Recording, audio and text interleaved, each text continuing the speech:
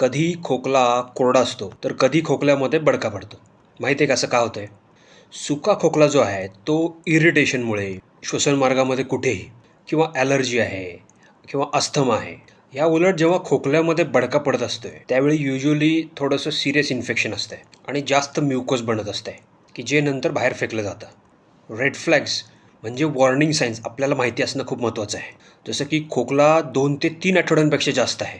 खोकल्यामध्ये रक्त येतंय किंवा दम लागतोय. खोकला कधी साधा, कधी सिरियस असू शकतो. पण खोकल्याला प्रत्येक वेळी अँटिबायोटिक लागत नाही